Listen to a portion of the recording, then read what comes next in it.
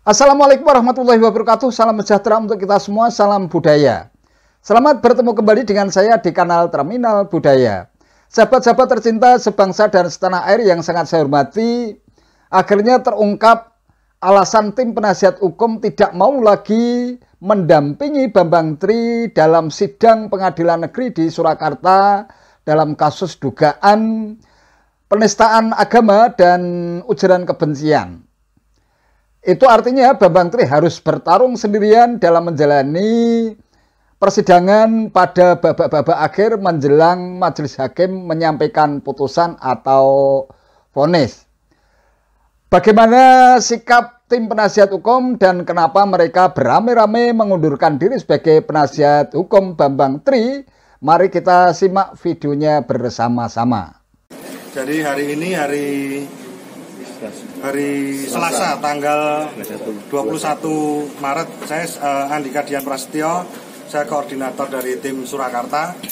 Jadi dasarnya adalah persidangan yang sebelumnya, bahwa rekan kami, salah satu rekan kami yaitu rekan Zainal Mustafa itu diperlakukan dipecat oleh Bambang Tri karena Bambang Tri merasa dia di sini adalah bos. Pertama yang kami soroti adalah bahwa kami melakukan pembelaan terhadap Bambang Tri itu adalah demi memenuhi kewajiban kami sebagai advokat, yaitu mengadakan pro bono, jadi memberikan bantuan hukum secara cuma-cuma, secara gratis. Jadi kita tidak dibayar dalam perkara ini, karena Bambang Tri kami nilai sebagai pihak yang memerlukan bantuan hukum, maka kami akan memberikan bantuan hukum secara gratis.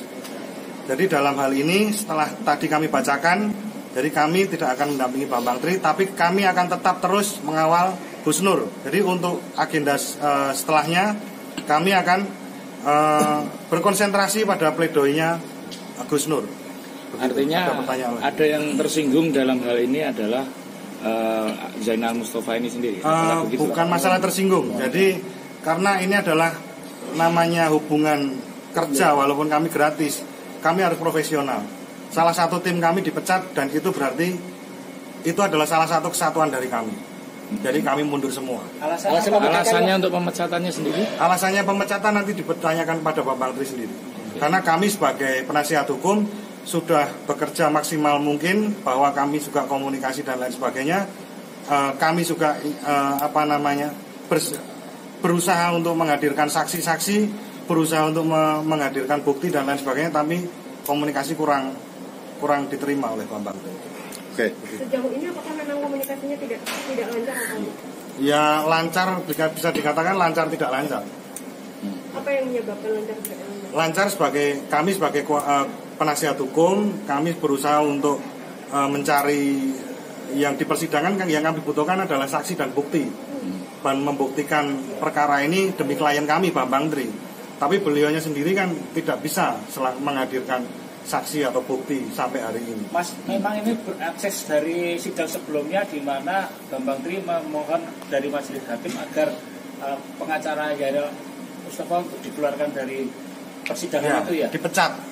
Jadi kata-katanya kemarin adalah dipecat karena saya adalah bosnya. Di persidangan, di muka sidang. Kemarin ini berarti pemecatan habis dari Kamis. Mas, komunikasi yang terkendala apa karena di dalam persidangan atau waktu itu di luar persidangan? Sebenarnya begini, saya sendiri sering mendengar bahwa Bambang Tri itu komplain pada kami. Komplainnya ya terkait dengan masalah mungkin dengan saksi, karena kan kami juga harus membuktikan saksi. Kami yang harus menghadirkan saksi karena Bambang Tri kan ada di dalam tahanan kan gitu. Jadi kami yang bergerak. Kami menemui kesulitan dan itu malah Bambang Tri malah marah-marah dan lain sebagainya, bahwa kami tidak bisa menghadirkan saksi, nanti kami akan hadirkan saksi sendiri. Dan puncaknya sebenarnya kemarin itu, karena beliau berkata bahwa saya itu bosnya dan kamu saya pecat, ya sudah, berarti kan semuanya kita ikut mundur. Oke. Ini yang tim solo saja atau semua? Semua tim Jakarta. Kita sebelum sidang ini kami sudah berupaya untuk konsolidasi. Kita sudah merembukkan hal itu pada tim Jakarta juga, ke Profesor Egi, ke Bang Ahmad Kosinudin, dan kita sepakat bulat hari ini adalah keputusan bersama dari tim penasihat hukum. Ada berapa pengacara, Mas? Sekitar totalnya 13, jadi mundur semua. Mundur semua.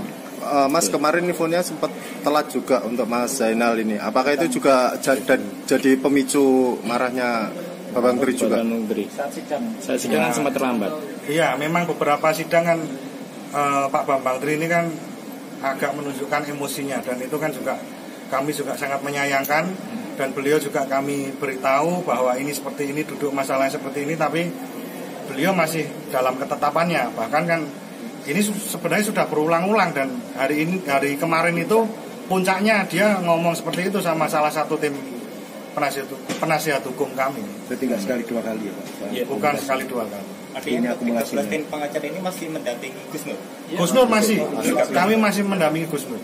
Oke. Jadi agendanya juga tuntutan Gus Nur, apakah nanti juga masih didampingi? Masih kami dampingi, masih terus. Kalau Gus Nur kita masih bela.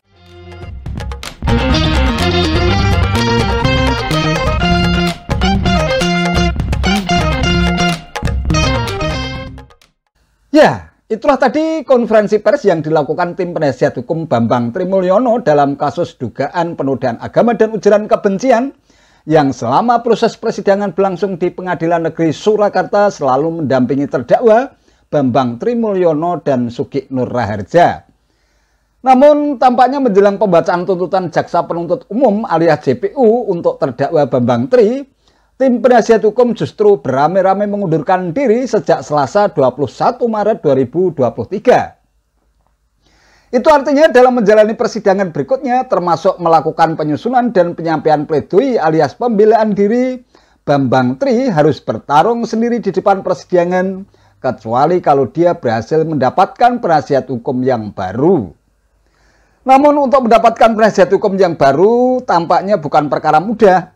Pertama, Bambang Tri sendiri tidak bisa leluasa bergerak untuk melakukan komunikasi dan interaksi dengan dunia luar karena masih berada dalam ruang tahanan dalam statusnya sebagai tahanan. Kedua, kalau toh bisa mendapatkan penasihat hukum yang baru, bukan yang mudah pula bagi penasihat hukum untuk mendampingi Bambang Tri secara maksimal menjelang babak-babak akhir persidangan karena tidak mengikuti jalannya persidangan sejak awal, termasuk mendengarkan keterangan saksi, baik saksi fakta maupun saksi ahli, dan juga melihat alat dan barang bukti yang dibeberkan di persidangan. Dalam situasi demikian, tentu Bambang Tri yang harus total dan habis-habisan menyusun dan menyampaikan pledoi. Namun melihat tabiat dan karakter Bambang Tri yang terkesan temperamental dan sulit mengendalikan diri, tampaknya sulit bagi dia untuk bisa meyakinkan majelis hakim yang sudah tahu persis bagaimana karakternya selama mengikuti persidangan.